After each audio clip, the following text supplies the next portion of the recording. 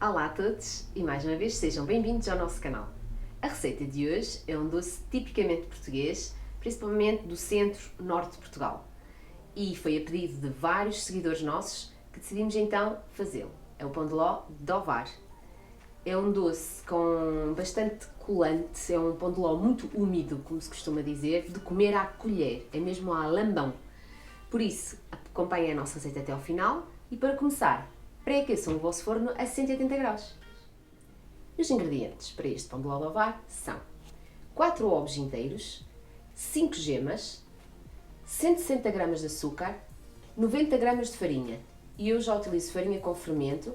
Se utilizarem farinha sem fermento, também têm que adicionar uma colher de chá de fermento para bolos. Então, vamos bimbar? Então, vamos começar por colocar os ovos e o açúcar. Não se esqueçam, se ainda não subscreveram o nosso canal, de o fazer, para acompanharem todas as nossas receitas.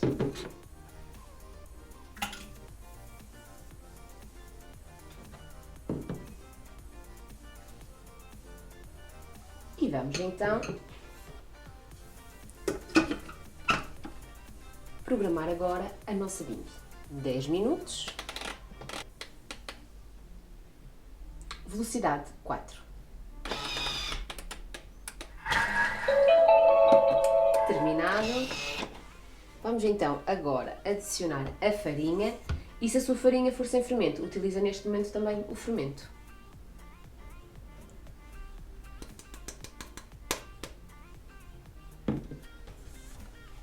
Programamos então a nossa bimbi. 20 segundos.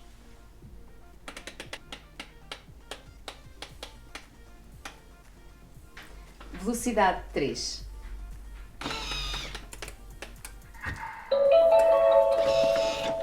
Prontíssimo. Vamos então colocar o nosso preparado numa forma com papel vegetal. Se tiverem papel próprio, papel de pão de ló de Ovar é mais espesso, mas isso só conseguem encontrar numa padaria. E eu, como não tenho, utilizo papel vegetal normal. Então agora colocamos o nosso preparado dentro da nossa forma.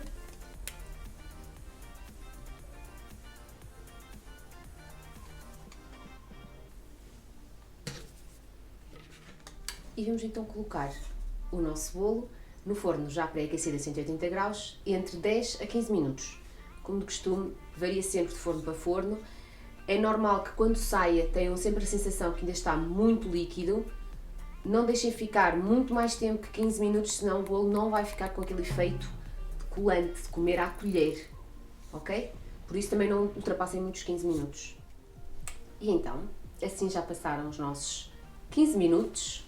E aqui está o nosso magnífico pão de ló de Ovar. Conseguem ver? Que aspecto delicioso!